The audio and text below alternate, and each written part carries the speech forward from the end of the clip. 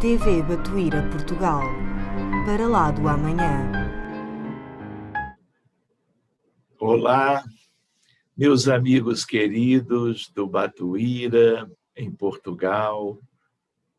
Como vão todos? Aqui é o Sérgio Tizen, buscando a oportunidade de fazermos mais um estudo desta feita relacionando o Livro dos Espíritos e a física moderna. Quero agradecer desde logo o amável convite e que possamos nos ver reunidos em nome de Jesus.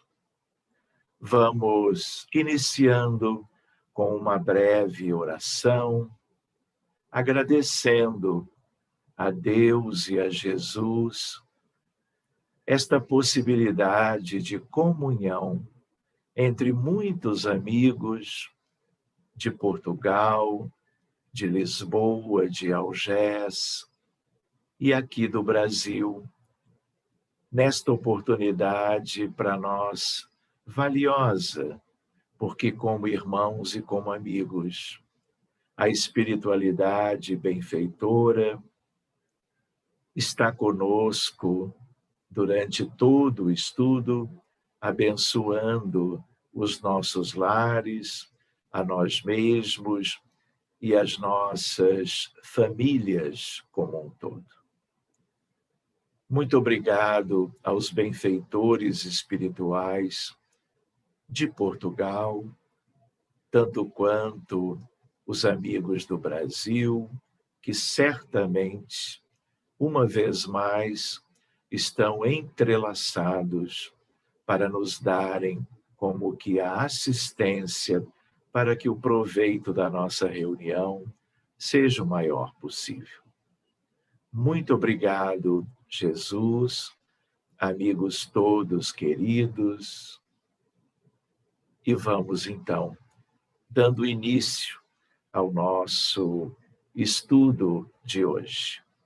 Nós gostaríamos de compartilhar como que a nossa tela, buscando aquilo que vai ser para nós como um roteiro, de tal maneira que nós estaremos, meus amigos, analisando algo que é sempre uma alegria para nós, porque tudo que diga respeito às obras de Kardec são aspectos relevantes, preciosos e imensamente úteis para nós todos. Então, este é um tema chamado assim, o Livro dos Espíritos e a Física Moderna. Eu gostaria de lembrar, como costumo fazer, que esta também é uma temática que poderia nos ocupar por mais tempo, talvez por algumas horas, a nível de um seminário.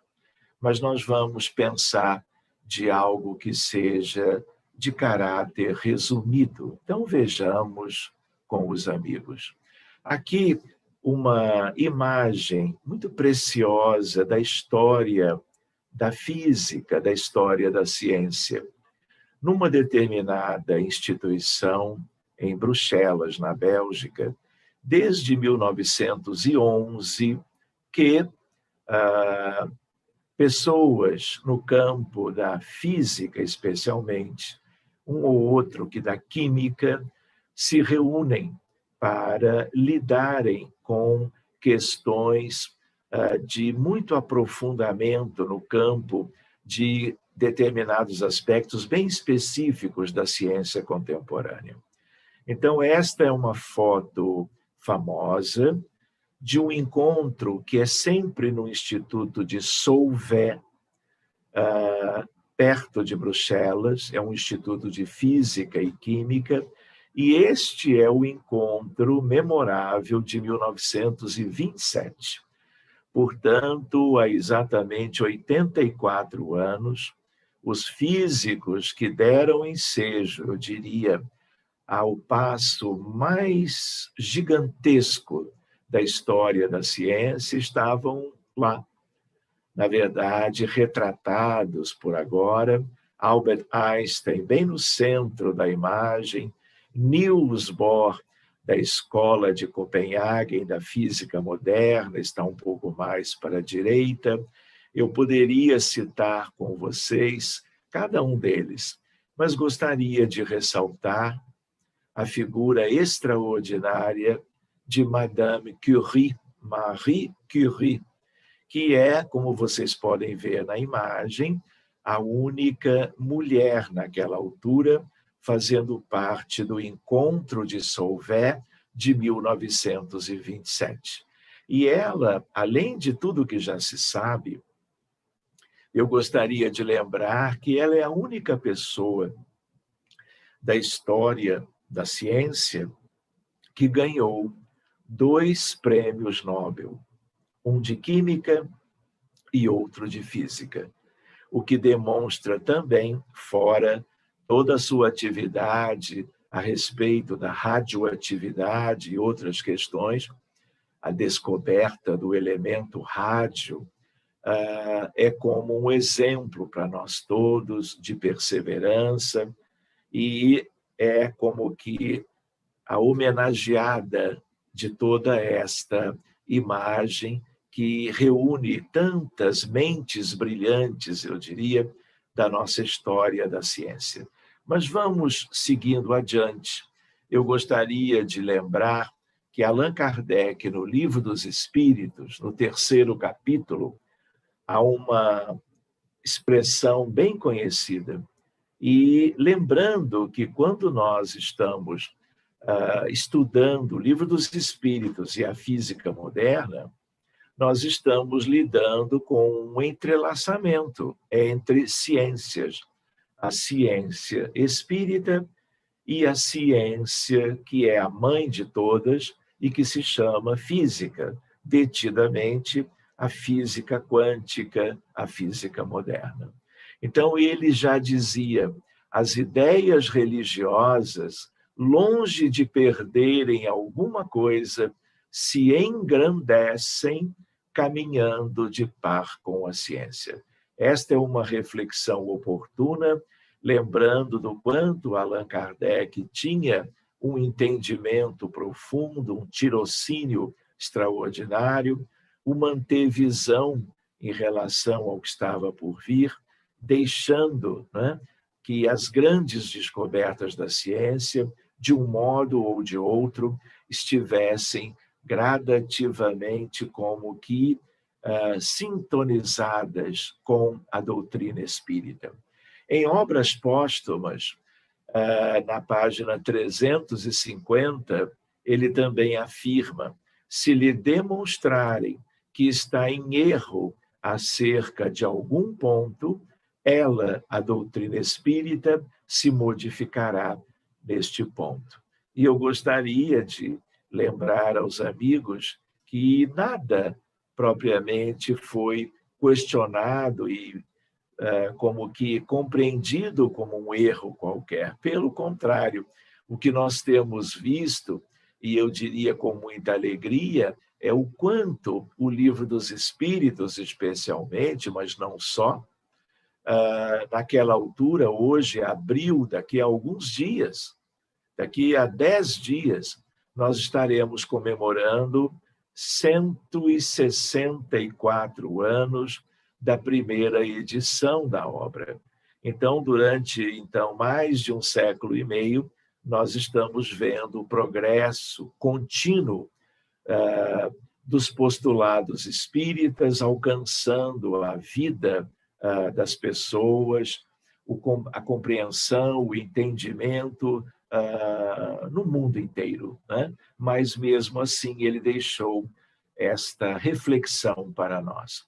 Gostaria de lembrar aos amigos a doutrina espírita desde o abril de 1857.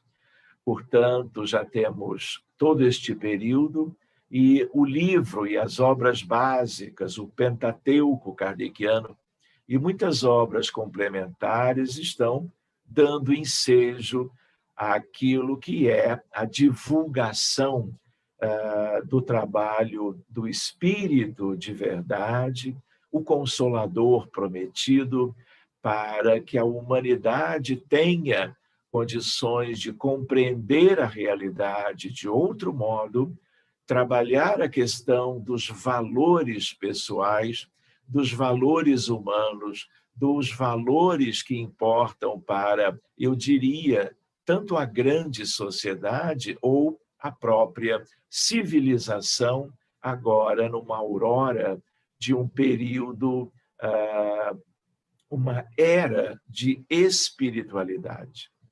Lembrando que nós somos egressos de milênios e milênios de materialismo, que ainda aí está, dominando muitas vezes o cenário da vida humana no planeta. Mas o Espiritismo veio, não é, como um mecanismo de Jesus, trazendo os esclarecimentos para que nós pudéssemos, então, avançar. Lembro aqui com os amigos Allan Kardec e a ciência de seu tempo, porque naquela altura, por exemplo, havia um químico chamado Dalton. Dalton também era francês e ele trabalha a sua atomística. A atomística de Dalton é algo que ele deixou para nós como uma ideia de que o átomo, ele é, ou seria no entendimento da época, como que a unidade da matéria, a menor de todas. E para Dalton, contemporâneo de Allan Kardec, o átomo seria indivisível.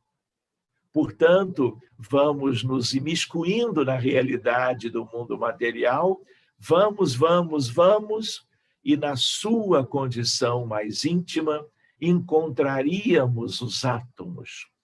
Átomos diferentes das mais diversas substâncias, como o átomo de hidrogênio, o átomo de carbono, o átomo de plutônio, o átomo de nitrogênio e assim por diante. Cada um com as suas características intrínsecas, eu diria, pensando naquele panorama que nós vimos na escola da chamada tabela periódica de Mendelejev. Pois bem, naquela altura, este era o entendimento. Mas, algumas décadas depois, tudo mudou por causa do avanço da ciência, que progride sempre. Não é? Então, Allan Kardec não pôde trabalhar, porque não era do seu tempo, a ideia do átomo ser dividido em prótons, nêutrons e elétrons. Essa subdivisão ela vai acontecer na passagem do século XIX, que é o século da codificação, para o século seguinte, que é o século XX, e que nós já vencemos, já estamos iniciando como que o século XXI. Muita coisa também já se deu depois disso, como nós vamos ver daqui a pouco. Então, vale lembrar, não é, que os próprios espíritos da codificação trabalharam algumas questões com Kardec, o codificador, a partir do conhecimento que nós tínhamos naquela altura. Né? E é o que eu digo, a ciência do seu tempo, né? Que, obviamente, era muito limitada em comparação ao que nós conhecemos hoje em dia. Né? Eu gostaria de lembrar também essa ideia, os espíritos e as revelações. Então, o espiritismo, como todos vocês sabem, é uma doutrina de revelação da verdade. A espiritualidade não podia esperar que o conhecimento fosse sendo alcançado passo a passo, no tipo de desenvolvimento contínuo das etapas da ciência comum. Então, a revelação É algo que vem, vamos dizer, de uma origem superior, procurando abreviar etapas a favor da humanidade, do progresso que nós precisamos fazer, tanto no campo da matéria, mas, obviamente, no caso, no campo do espírito imortal, eu diria, né? Contemplando o mundo desde então de algo que não era essencialmente novo, porque vários precursores já vinham trabalhando esta questão. Mas, com Allan Kardec e a codificação kardeciana, nós tivemos um salto extraordinário numa doutrina de revelação. Mas lembrando que, durante toda a evolução da ciência, a partir dos tempos da codificação, as revelações continuaram acontecendo, não é?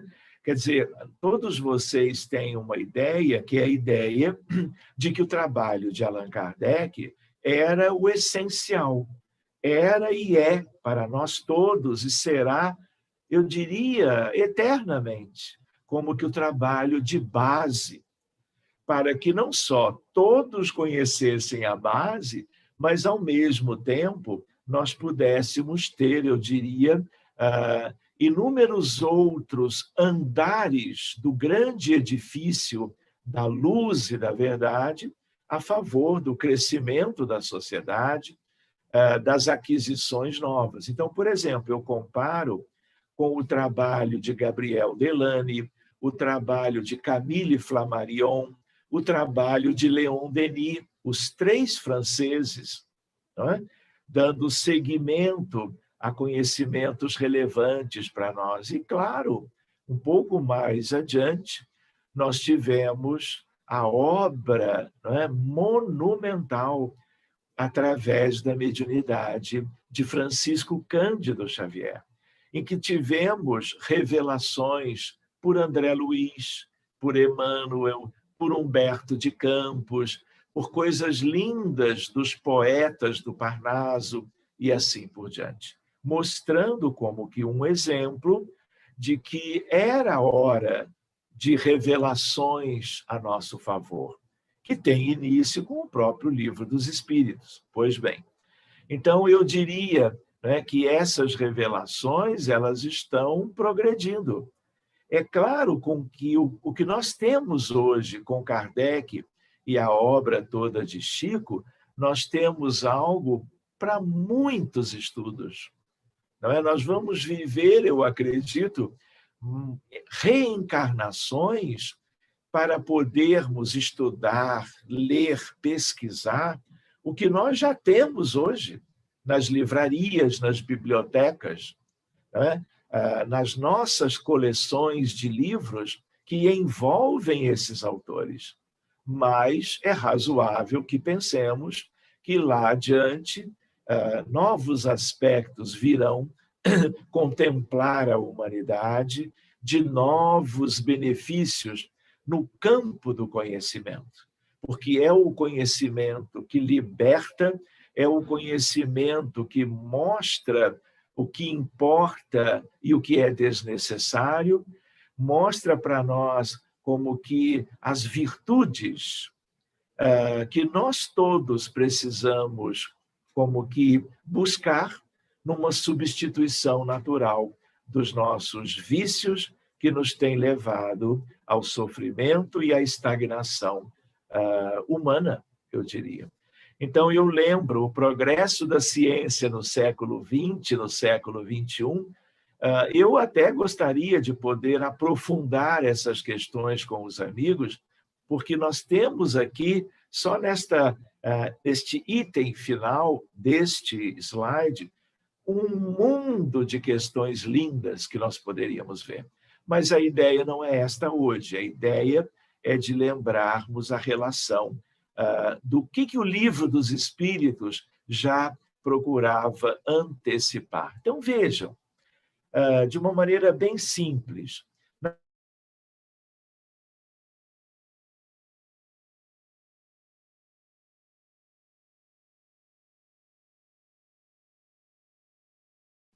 como sendo o que tem extensão, o que é capaz de nos impressionar os sentidos. Então, Kardec começa a formular a pergunta número 22. Aqui, ela não está completa, mas veio a resposta. Mas a matéria existe em estados que ignorais. Pode ser tão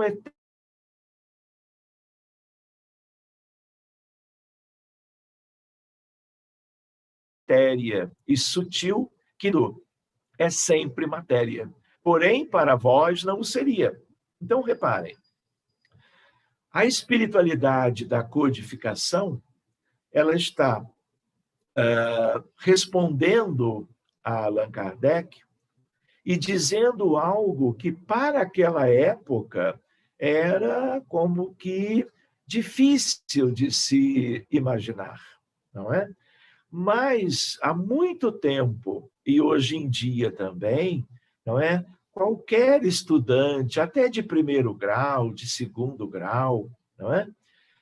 Conhece muito bem.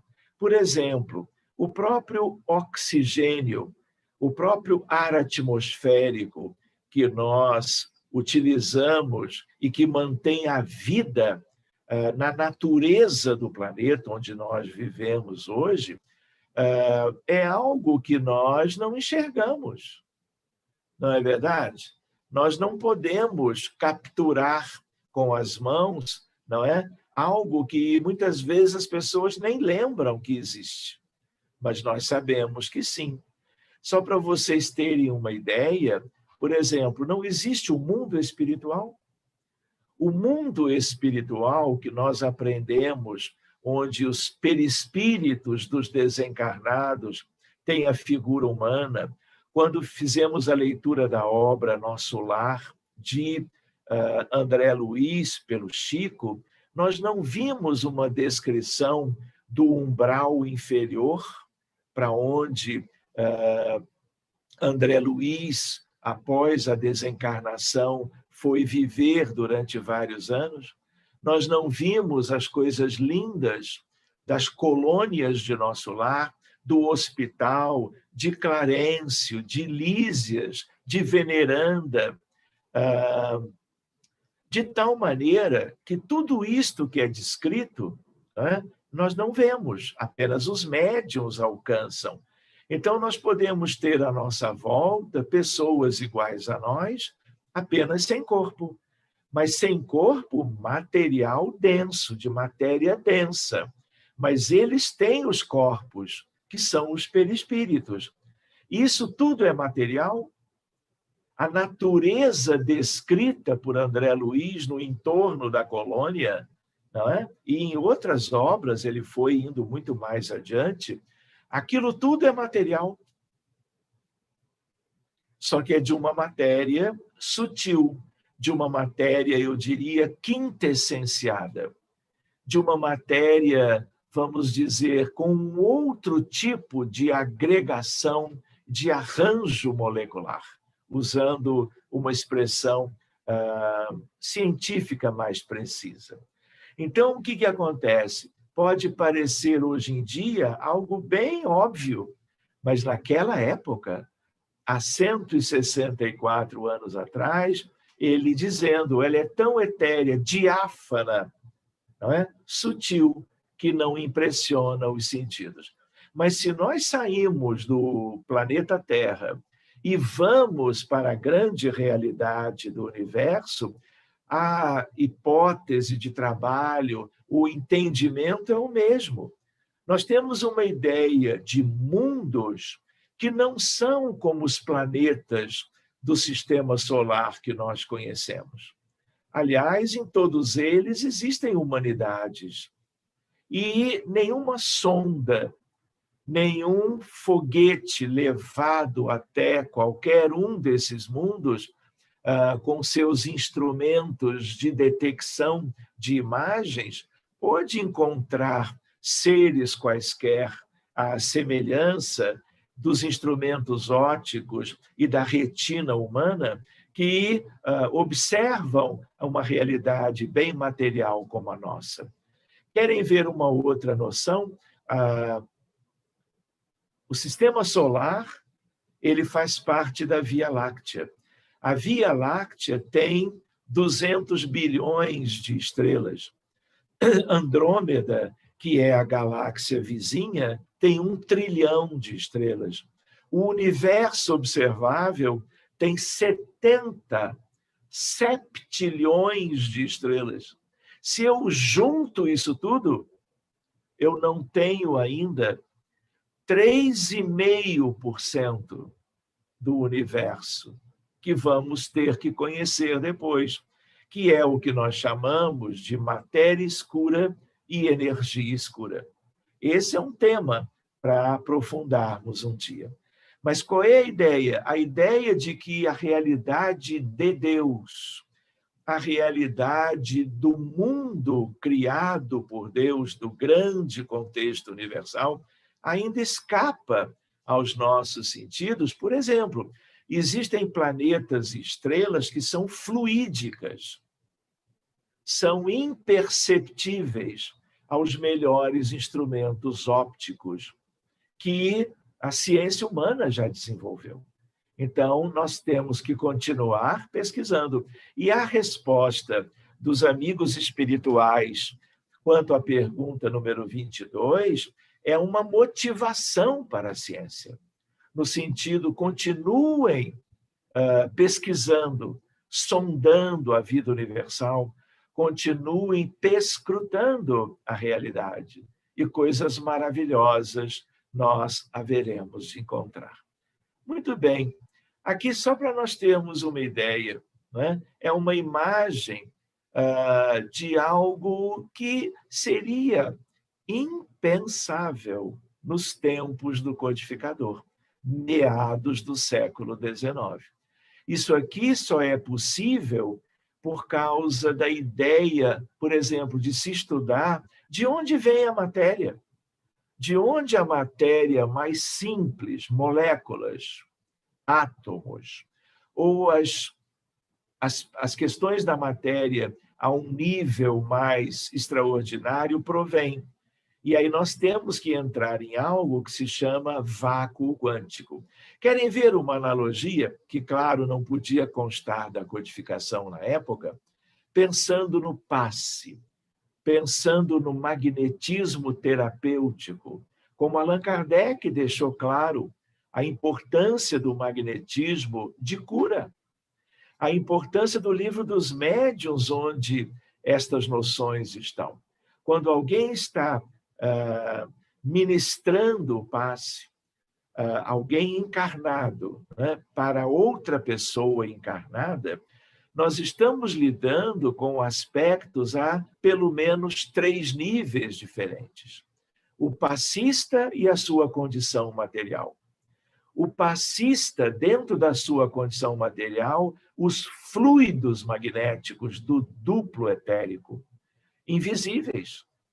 Ao mesmo tempo, o passista também é um espírito, só que encarnado, é uma alma, e ele tem constituintes que ele coloca em ação quando ele faz a prece, quando ele busca o amor e oferece o fluido àquele que está à sua frente. Então, dos elementos espirituais, eu diria, do mundo dos espíritos, da realidade espiritual da própria vida, há como que o vácuo quântico. E o que vocês veem se movimentando são fluidos que estão emergindo do mundo extrafísico para o mundo material mais denso de matéria. Só para nós irmos refletindo nessas interações. Então, para nós seguirmos adiante, vale a pena lembrarmos um pouquinho da história desse conhecimento lindo da mãe das ciências. Então, Max Planck é quem introduz a humanidade como um espírito proveniente daquela esfera que, num estudo sobre a vida espiritual, eu gosto tanto de lembrar a esfera superior à esfera do umbral superior, que se chama arte, cultura e ciência, onde eu digo estão as mentes brilhantes a favor da humanidade. Então, Max Planck, por causa de um problema da física da época, havia a lei de Wien.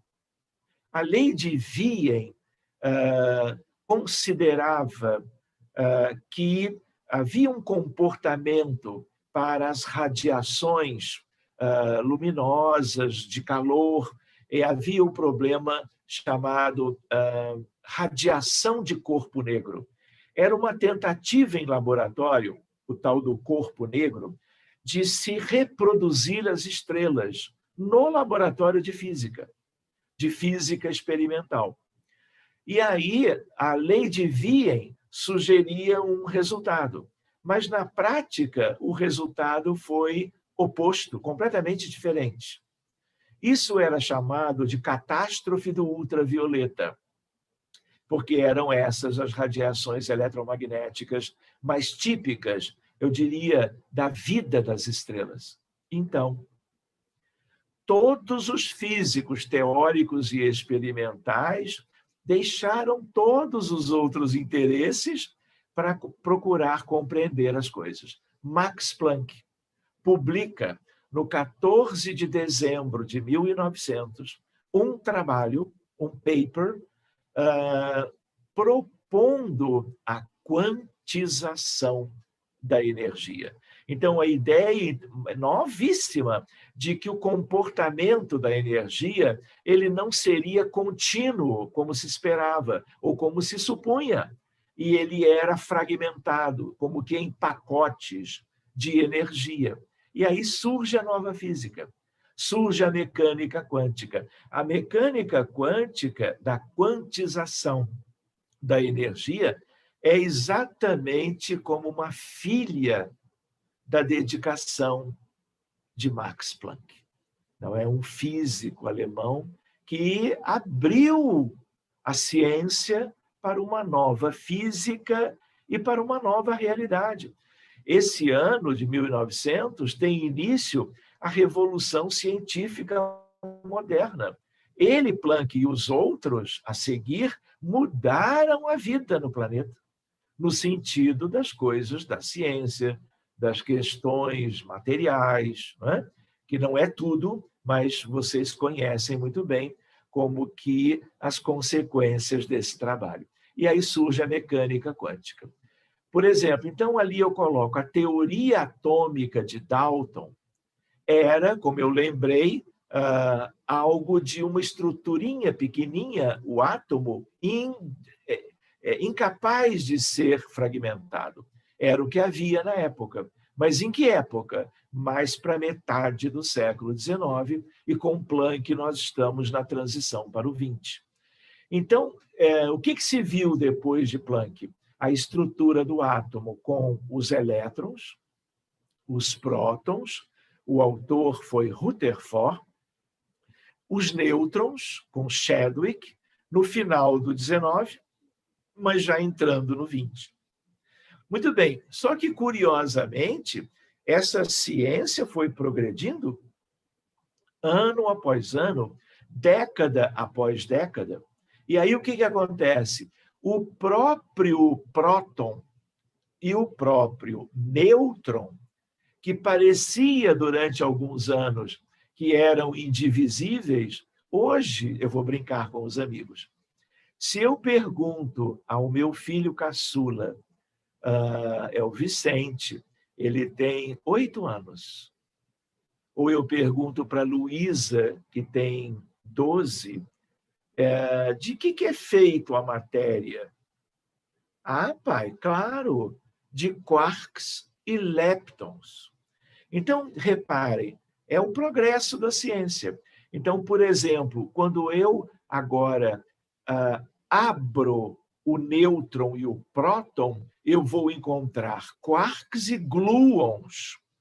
E o elétron é um exemplo mais notável do mundo de Deus, eu diria, da natureza do universo, que é um leptonzinho, é o lepton mais típico do que nós conhecemos até hoje, são os elétrons. Ou seja, na época de Kardec, a atomística de Dalton. Depois houve o fracionamento do átomo em prótons, nêutrons e elétrons. E hoje nós trabalhamos com a ideia dos quarks e leptons. Numa parte da física, porque a física moderna ela é subdividida. Por exemplo, a física nuclear só existe, ou começou a existir, a partir de Planck. Então, a ideia qual é? A ideia de que essas questões nós chamamos de, como uma disciplina, uma área da física, não é a nuclear, é a chamada física das partículas elementares. E aí é um campo maravilhoso de pesquisa. Para nós lembrarmos do que parecia que o Livro dos Espíritos e os Espíritos da Codificação queriam antecipar. Eles não podiam dizer as coisas para nós além do que disseram, do tipo, olha, tem muito mais coisa. Estudem, estudem, estudem, pesquisem cada vez mais e vocês chegarão a conhecer questões que, aqui do nosso lado, nós já conhecemos. Né? Mas eles não podiam antecipar os detalhes, porque isto cabe ao esforço humano. Então, vejam antimatéria. Existe o elétron, mas existe o antielétron. O elétron ele é de carga elétrica negativa. O pósitron é o elétron de carga positiva. O próton é positivo, mas existe o antipróton, o antinêutron, o antiquark, seja qualquer um dos quarks que nós hoje já conhecemos. Então, reparem, a antimatéria é porque as partículas elementares que constituem a matéria possuem o seu análogo de carga inversa. São as antipartículas. Cada uma tem a sua. Aonde que isso vive? Aonde que isso mora no universo de Deus? Por exemplo, existem aqueles prédios, instituições, especialmente duas que são as maiores no mundo. Uma na Europa, perto de Genebra, e outra nos Estados Unidos. São aceleradores de partículas, que promovem a aceleração quase na velocidade da luz de, por exemplo, prótons com outros elementos bem pequenos que vão gerar ali nesses laboratórios como que um encontro de altas velocidades. Então, por exemplo, no CERN, que é o da Europa, que fica na fronteira com a França, né? Portanto, no cantão francês da Suíça, Genebra. Eu estive lá 2 vezes. Nós temos um acelerador que é algo descomunal debaixo da terra.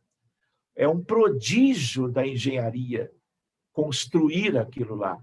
E vários prêmios Nobel foram acontecendo de pesquisadores do mundo inteiro, porque aquele é um lugar que tem a sua localização, né? Mas aquilo é um ambiente de pesquisa na área da física de partículas com pesquisadores do mundo inteiro. E essa era uma área que eu pensava, quando estudei física, de me dedicar e de aprofundar. Por isso eu estive lá. Então, é algo enorme para poder ensejar como que o impacto entre estruturas ínfimas da matéria, de tal maneira que ali nós fotografamos, ouvimos nas nossas mãos a fotografia do pósitron, que é a carga contrária do elétron, é o antielétron. E ao longo do tempo, mais de décadas e décadas, nós temos inúmeras pesquisas extraordinárias resultantes do esforço de mentes brilhantes da atualidade. porque todo mundo sabe que o conhecimento é algo contínuo, é algo que vai nos ocupar pela eternidade afora.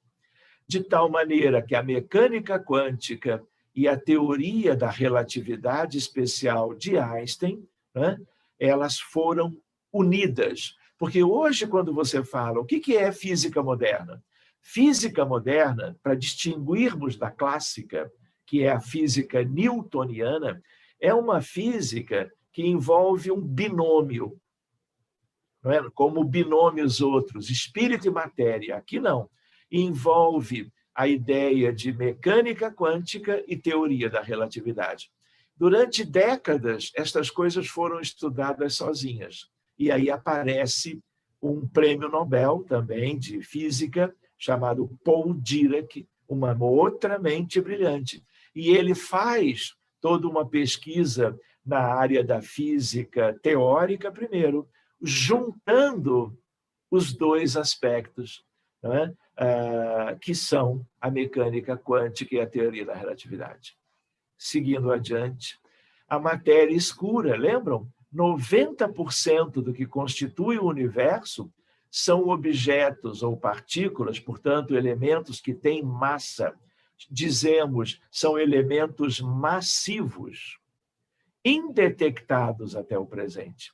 Então, lembram quando o Espírito disse para Kardec, olha, existem coisas que são da matéria e vocês nem sonham que existe? Por exemplo, aonde que está isso? O que é isto? Nós ainda não sabemos.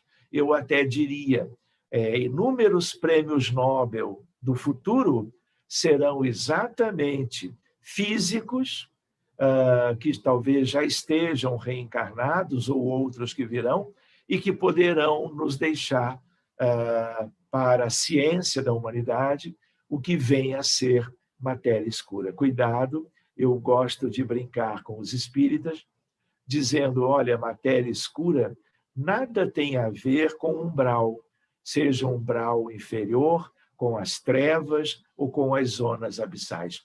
Por que se chamou escura? Porque ela não irradia nada do que a ciência conhece, nem ondas eletromagnéticas, raios gama, raios cósmicos, raios X, ela não irradia nada. Ou seja, não dá para saber ainda o que é por causa disso. Então, para a nossa reflexão como espíritas agora, não é?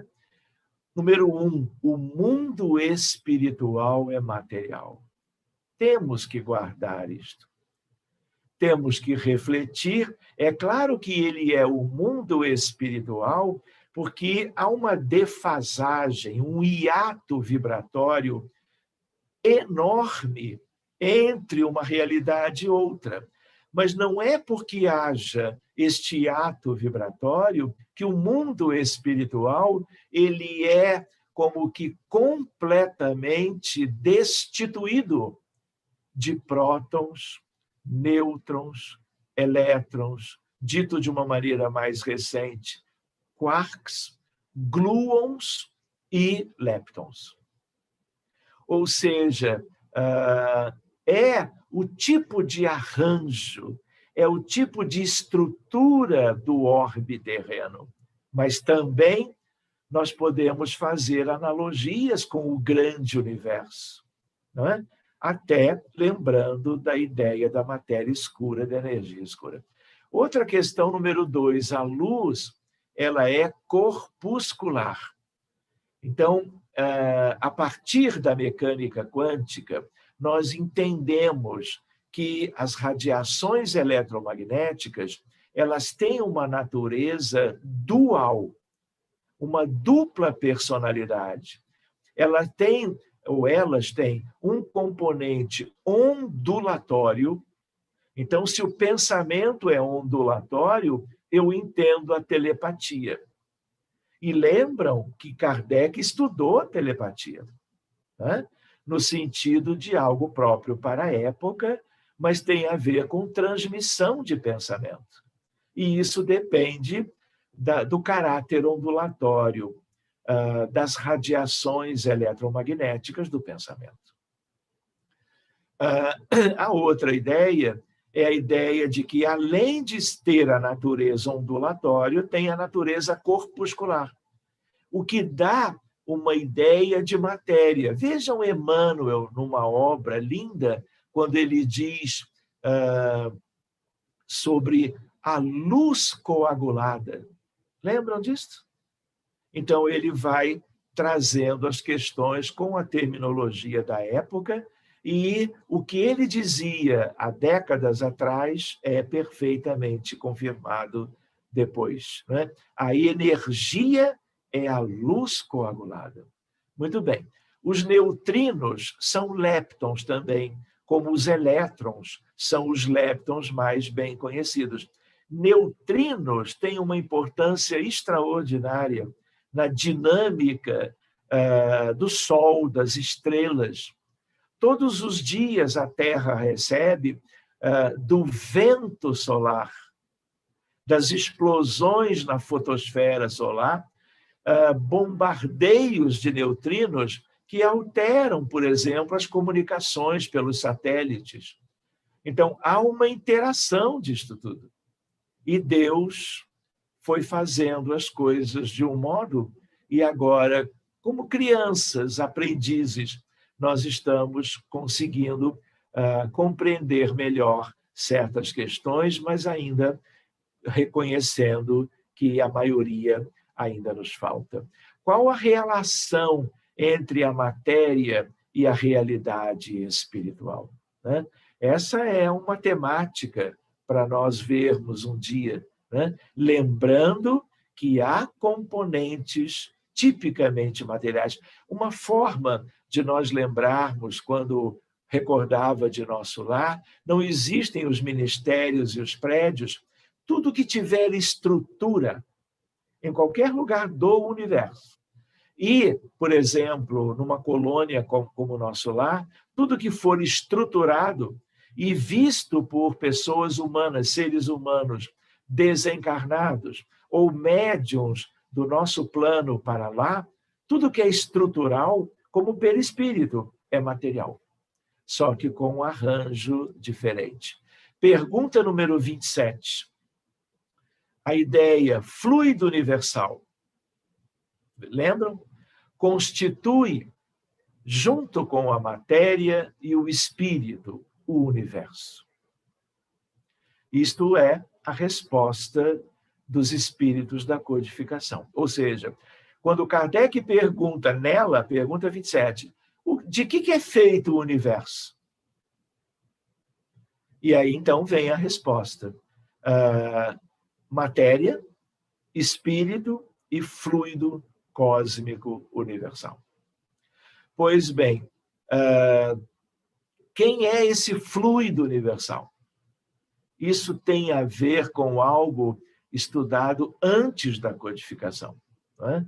E por Einstein, muito tempo depois de Allan Kardec. Vejam como as coisas se associam. Parece, às vezes, para nós, que as coisas são independentes. Num certo sentido, até são, mas reparem que há uma relação entre como que elos de uma sequência do conhecimento. Então, reparem, é o fluido universal, vejam a resposta, intermediário entre o espírito e a matéria propriamente dita. E essa frase, ao final, está na pergunta. Ela é preciosa para nós. É o princípio, é o fluido universal, é o princípio sem o qual a matéria estaria em estado de divisão. Ninguém sabia disso na época de Kardec. E o espírito daquela equipe veio, ou vieram mais de um, e deixaram essa resposta. Veio a nova física, a física moderna. E então, aqui umas observações. Fluido cósmico universal, nós temos que talvez equacionar melhor. Fluidos, hoje em dia, pela ciência, são substâncias que podem escoar. Todos os líquidos, a água, o sangue, o mel, o leite, o plasma sanguíneo, não é? Todos os líquidos. Lembram do mercúrio na temperatura ambiente no planeta Terra? Porque em outro mundo é outra coisa. O mercúrio, ele é líquido, não é verdade? Pois bem, os gases também são fluidos. Então, o ar atmosférico, o nitrogênio gasoso, o oxigênio gasoso, qualquer elemento que você esquente muito e ele evapore, não é? Ele se torna gasoso. Isso também é um fluido. Então, na ciência simples, escola secundária, não é? A aulinha de ciências hoje, não é? Fluidos são gases e líquidos. Quando eu coloco plasma, é o plasma das estrelas, que é algo de muita importância no universo. Todas as estrelas têm a ver com este plasma, que é um gás ionizado. Como é um gás, ele é fluido. Pois bem, do que nós conhecemos, também vale a pena lembrar, o ectoplasma, esse sim é fluido. Porque ele pode escorrer, ele pode escoar, como está na obra de André Luiz, na sua descrição. Ele tem um caráter serpiginoso e se movimenta no ambiente. Lembram? Pois bem, então, na verdade, os espíritos estavam se referindo a outra coisa, que não são os fluidos materiais típicos estudados pela ciência comum, né? A estrutura conhecida hoje mais próxima ou representativa da ideia que os espíritos, junto a Kardec, queriam dizer, é a ideia de campo. Nós vamos entender isso em seguida. Só que naquela altura, ninguém falava em campo, campo gravitacional, campo nuclear forte, campo eletromagnético, nada disso se presumia. Se tinha uma ideia, mas se usava uma outra terminologia, como nós vamos ver. Então, muito possivelmente, aquilo que os espíritos queriam dizer são o que nós dizemos hoje, os campos. Então, por exemplo, fluido elétrico, fluido e magnético seriam variações do fluido universal, segundo os espíritos, usando a ideia, a terminologia da época. Então, assim como Dalton, Franklin era contemporâneo de Kardec, que é uma figura extraordinária no campo também da ciência, né? Benjamin Franklin. De tal maneira que eletricidade e magnetismo não escoam, então não são fluidos, mas têm os seus respectivos campos, o campo elétrico e o campo magnético. Então, lembram que o Espírito disse, é o princípio sem o qual a matéria estaria em perpétuo estado de divisão?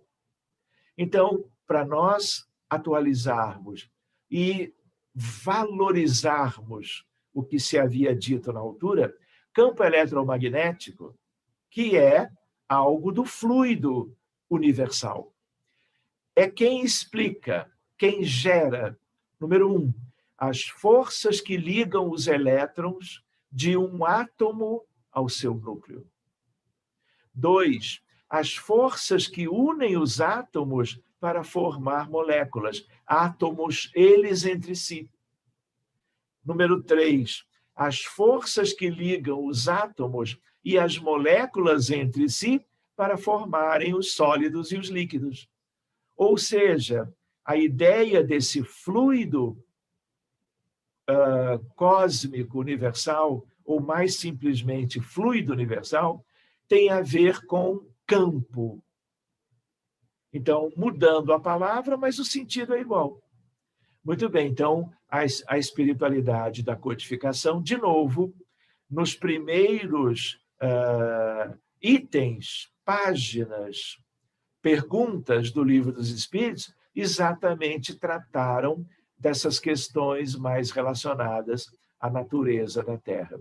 Então, reparem, a matéria que conhecemos é mantida assim estruturada pela união de seus constituintes numa configuração estável pelas forças elétricas do campo elétrico. Olha a comparação, para ficar mais didático.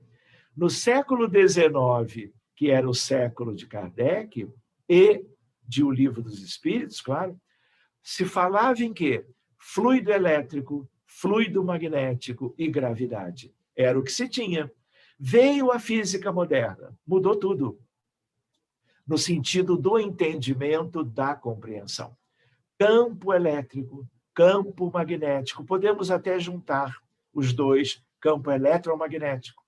Campo nuclear forte, já dentro da física nuclear, que é a área da física moderna. Campo nuclear fraco, tem a ver com certos decaimentos, e o campo gravitacional. Então, com isso, nós vamos como que fazendo uma relação entre a época da codificação e os tempos atuais. Vejam só, o universo conhecido, ele é todo permeado deste campo eletromagnético. Tudo.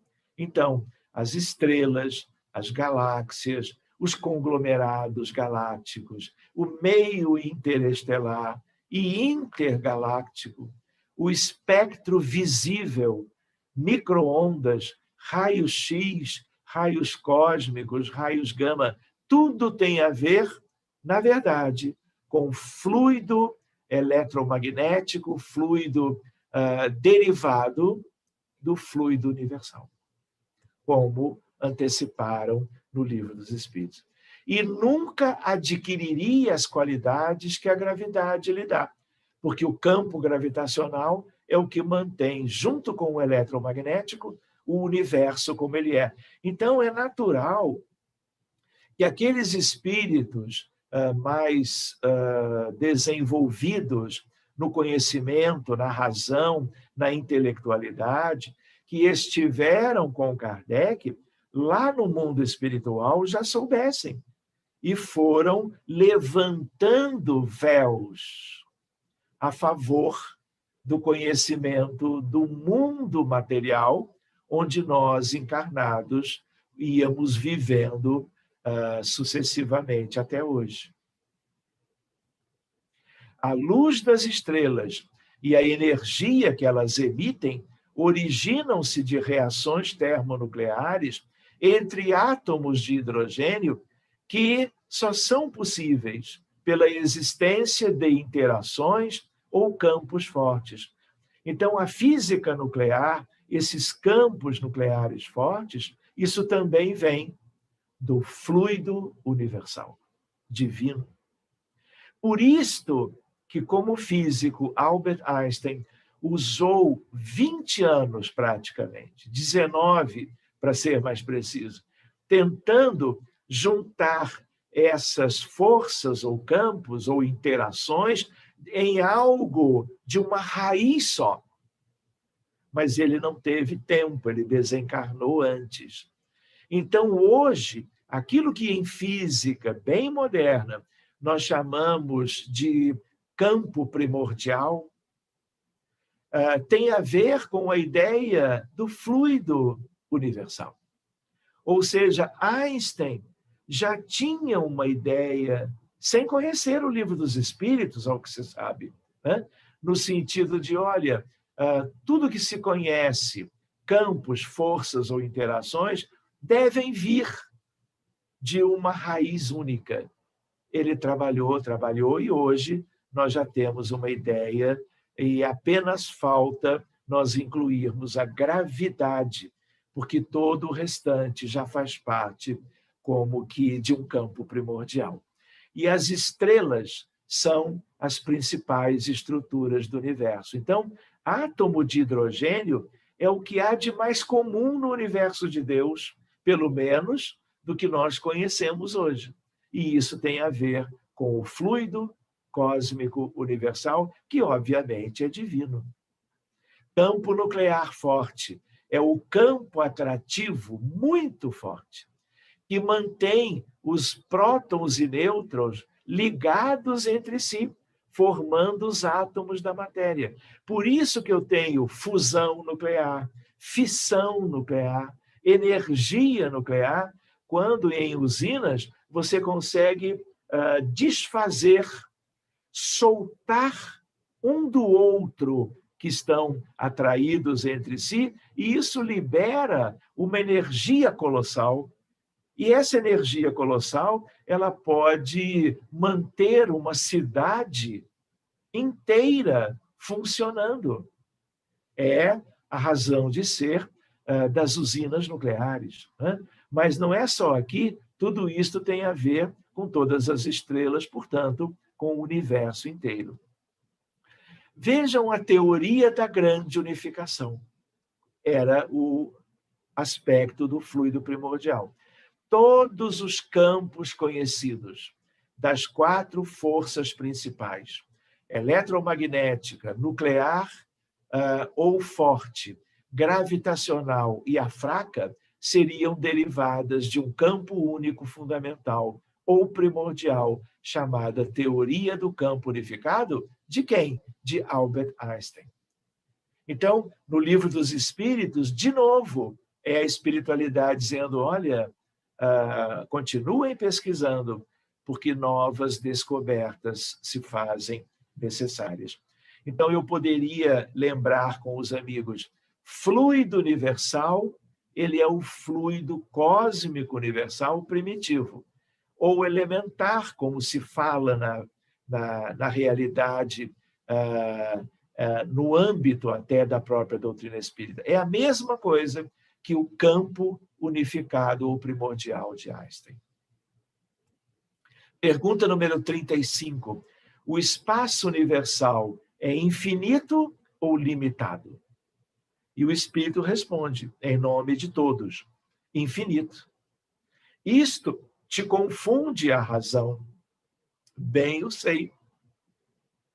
E hoje, a partir da cosmologia, que estuda as origens do universo, o Big Bang, a teoria do universo eterno, que se compatibiliza muito melhor com a ideia que nós temos do Criador e da criação.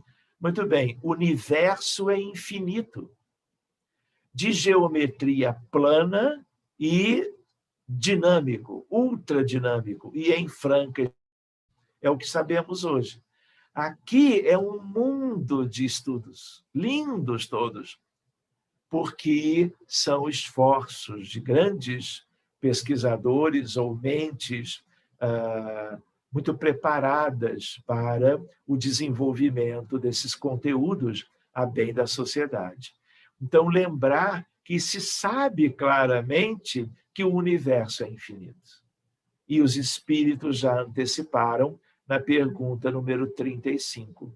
Vejam que bonitinho que eu achei, né? Apenas reuni a Gênese, livro que foi publicado, o último livro da codificação formal, o Pentateuco, não é? Como é conhecido, 1868. Allan Kardec desencarna em 31 de março do ano seguinte, 1869. E no livro A Gênese, se não me falha a memória, em uranografia geral, Galileu Espírito dizendo, todas estas forças são eternas. Que forças? Eletromagnética, nuclear, gravitacional. A nuclear nem se sabia naquela época. Pois bem, são eternas, inerentes ao fluido universal, assegurando o eterno esplendor da criação.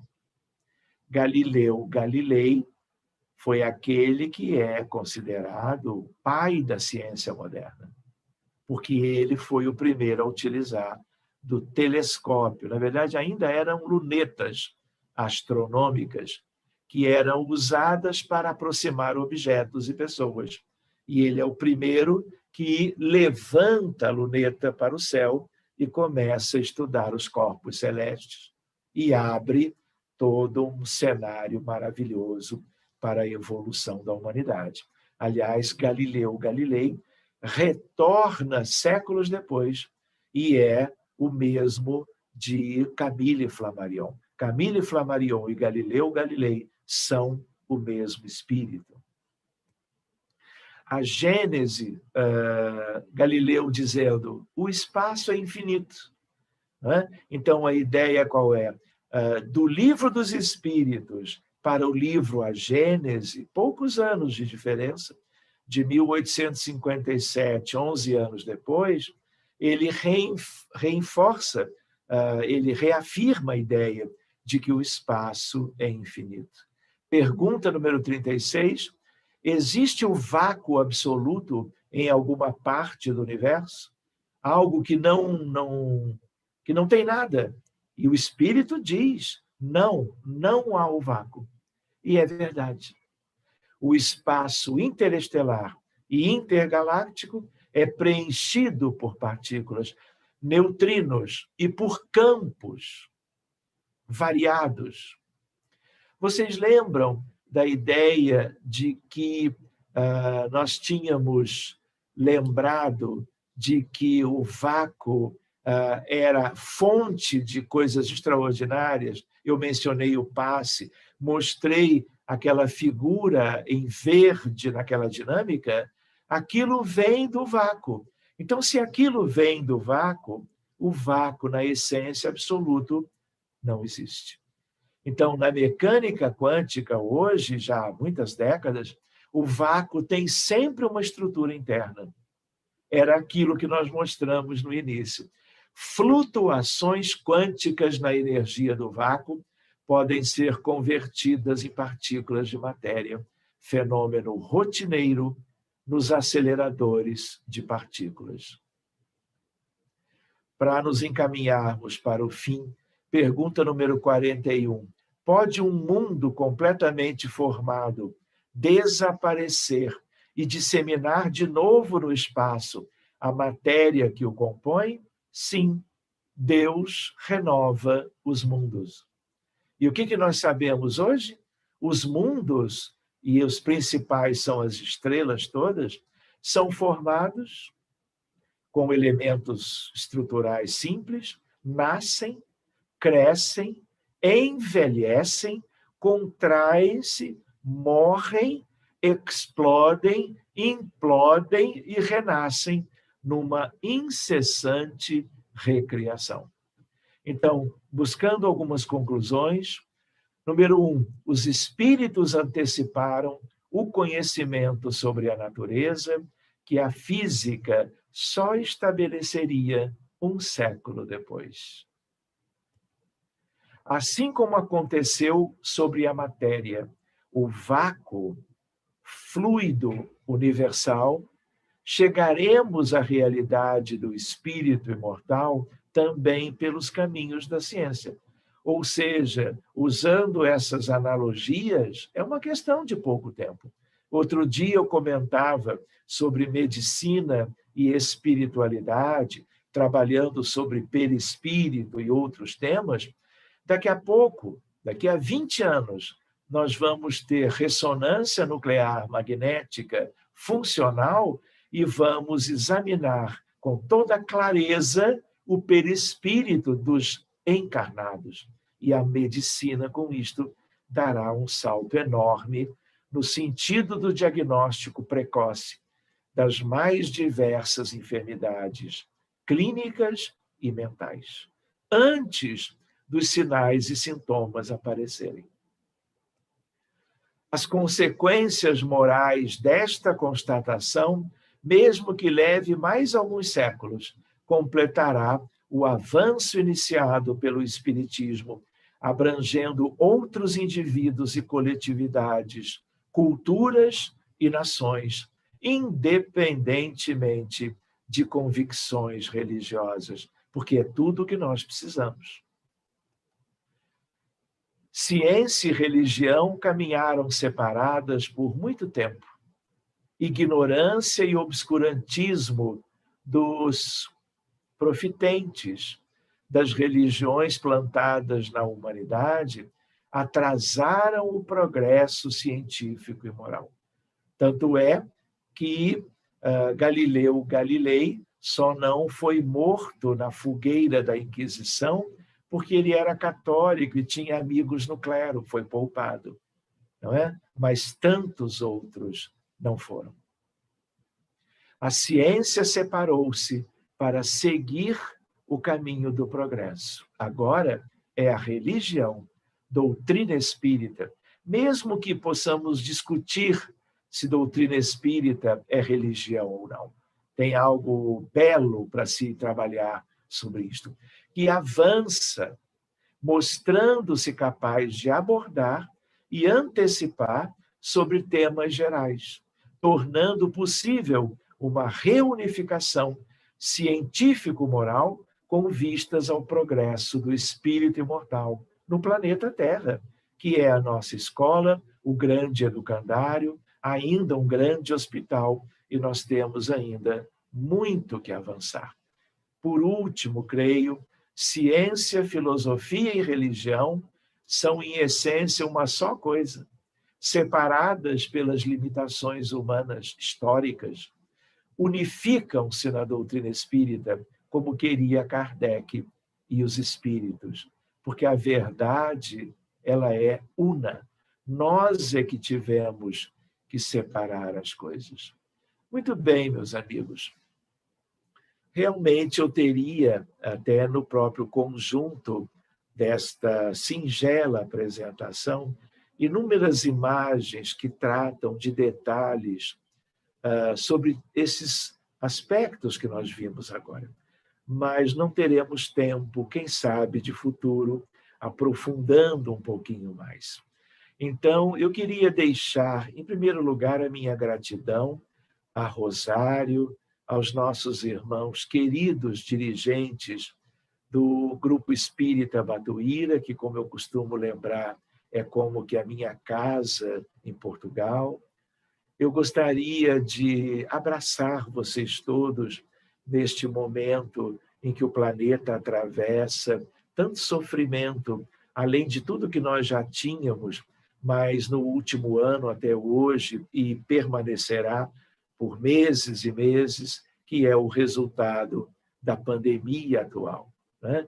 Gostaria de hipotecar a minha solidariedade a todos vocês por eventuais perdas de entes queridos e que nós possamos encerrar a nossa reunião, o nosso breve estudo, orando e agradecendo a Deus pela vida, a Jesus por tanto amor, por tantas bênçãos, de esclarecimento, de realizações no campo da ciência, no campo da fé, mas especialmente no campo do sentimento, em que, como aprendizes do bem, como aqueles que necessitam tanto de conhecer e vivenciar o Evangelho de Jesus à luz do Espiritismo, aqui estamos, entre Brasil e Portugal, nos dando as mãos, em espírito e verdade,